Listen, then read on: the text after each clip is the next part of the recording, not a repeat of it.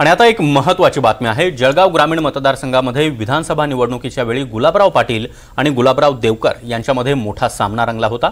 आणि आता जळगाव जिल्हा परिषद निवडणुकीत पाळधी गट महिला आरक्षित झाल्यामुळे गुलाबराव पाटलांचे चिरंजीव प्रताप पाटील हे शिरसोली गटातून निवडणुकीच्या रिंगणात उतरण्याची शक्यता आहे। तर दुसरीकडे अजित पवार गटात गेलेले माजी मंत्री गुलाबराव देवकर हे त्यांचे पुत्र विशाल देवकर हे देखील शिरसोली गटामधून रिंगणात उतरण्याची शक्यता आहे। त्यामुळे गुलाबराव पाटील यांचे चिरंजीव विरुद्ध गुलाबराव देवकर यांचे चिरंजीव अशी लढत या ठिकाणी होण्याची शक्यता आहे।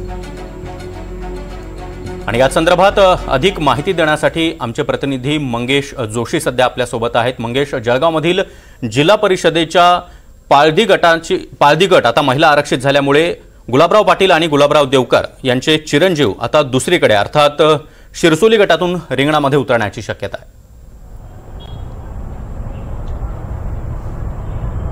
नक्कीच सागर, खरं तर जिल्हा परिषदेचे माजी सदस्य जे आहेत प्रताप पाटील हे खरं तर पाळधी गटाचे खरं तर जिल्हा परिषद सदस्य होते। मात्र आता हा गट जो आहे हा महिला राखीव झाल्यामुळे या ठिकाणी खरं तर प्रताप पाटील यांच्या पत्नी ममता पाटील या खरं तर रिंगणात उतरू शकतात किंवा गुलाबराव पाटील यांच्या घरातील महिला ह्या देखील खरं तर या रिंगणात उतरू शकतात। मात्र ज्या पद्धतीने आता प्रताप पाटील जे आहेत हे खरं तर आता शिरसोली गटातून जे आहे ते रिंगणात उतरण्याची शक्यता आहे।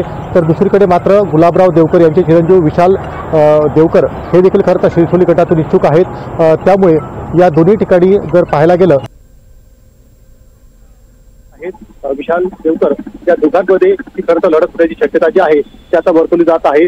ज्या पद्धतीने खरं तर पाहायला गेलं तर गुलाबराव पाटील आणि गुलाबराव देवकर यांच्यात विधानसभा निवडणुकीमध्ये मोठी चुरस रंगलेली होती।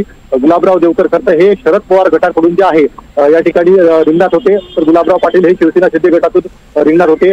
मात्र ज्या पद्धतीने आता या ठिकाणी पाहायला गेलं तर गुलाबराव देवकर जे आहेत हे खरं आता अजित पवारांच्या गटात गेलेले आहे। त्यामुळे जर महायुतीमध्ये जर निवडणुका लढल्या गेल्या तर शिरसोली गटामध्ये जे आहे प्रामुख्याने विशाल देवकर आणि प्रताप पाटील यांच्यामध्ये खरं तर मैत्रीपूर्ण लढत जी आहे ती होण्याची शक्यता आहे।